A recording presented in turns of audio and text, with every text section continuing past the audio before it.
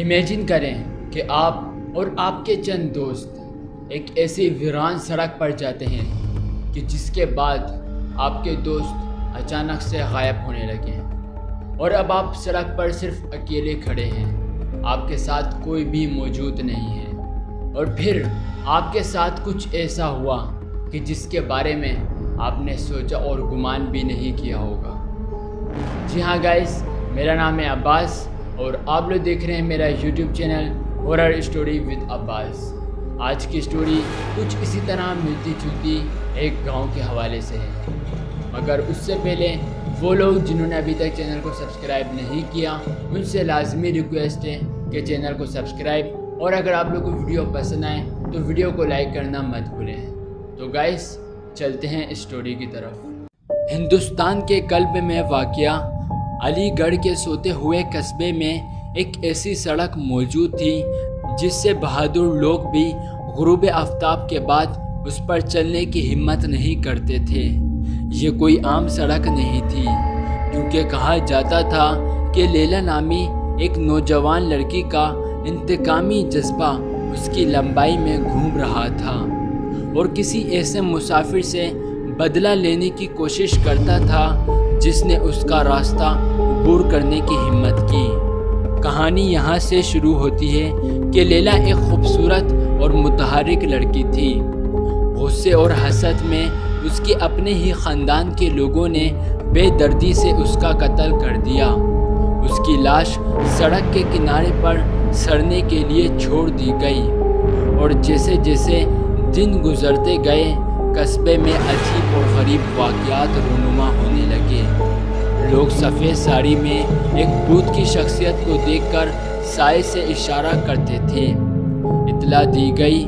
پہلے تو کسی کو کسی چیز پر شک نہیں تھا، لیکن جوں دیکھنے میں اضافہ ہوتا گیا، علی گڑھ کے لوگ اس سڑک کے بارے میں آپس میں سرگوشی کرنے لگے۔ انہوں نے اسے خوفناک روڈ کا نام دیا۔ ایک طوفانی رات دوستوں کے ایک گروپ نے اس افسانے کی جانچ کرنے کا فیصلہ کیا۔ انہوں نے کہانیاں سنی تو تھیں، لیکن وہ ان پر یقین نہیں کرتے تھے۔ ان کے نزدیک یہ محض احمقانہ کہانی تھی۔ جب وہ خوفناک روڈ سے نیچے جا رہے تھے، ہوا چل رہی تھی اور بارش ان کے گاڑی سے ٹکرا رہی تھی۔ انہوں نے اسے دیکھا۔ لیلا سڑک کے بیچوں بیچ کھڑی، اس کی آنکھیں کسی اور دنیا کی روشنی سے چمک رہی تھی۔ اس کے بال مکمل طور پر الجھے ہوئے تھے، آنکھوں سے مسلسل خون بہہ رہا تھا اور ایک خوفناک منظر بیان تھا۔ ڈرائیور نے بریک لگائی، لیکن اس وقت بہت دیر ہو چکی تھی۔ کار پھسل گئی اور وہ پھسلتے ہوئے جا کر ایک پول سے ٹکرا گئی۔ ایک ایک کر کے گروپ کے ارکان غائب ہونے لگے اور دوبارہ کبھی نہیں نظر آئے۔ آخر میں جو بچا تھا، روہن نامی ایک نوجوان لڑکا لڑکھڑا کر گاڑی سے باہر نکلا اور اپنی جان بچانے کے لیے بھاگا، لیکن لیلا بھی بے بس تھی۔ اس نے اس کا پیچھا کیا، اس کی ہڈیوں کو انگلیوں کے پنجوں کی طرح جکڑ لیا۔ روہن لڑکھڑاتا ہوا اپنی جگہ پر گر گیا اور اس نے اوپر دیکھا تو لیلا کا خوفناک چہرہ اس کے سامنے گھوم رہا تھا، اور پھر سب کچھ سیاہ ہو گیا۔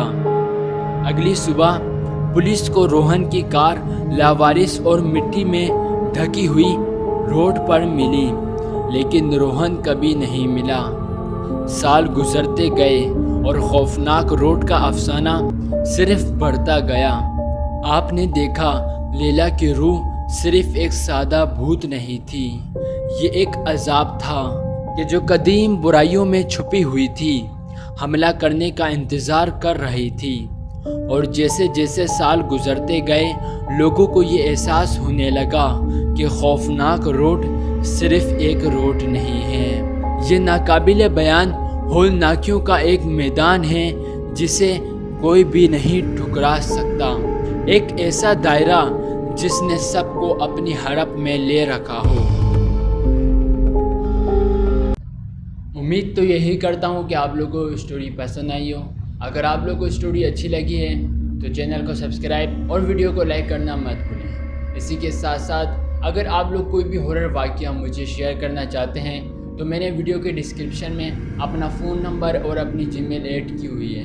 آپ لوگ چاہیں تو آپ لوگ مجھے ٹیکسٹ کر کے یا وائس کر کے کوئی بھی ہارر اسٹوری مجھے شیئر کر سکتے ہیں۔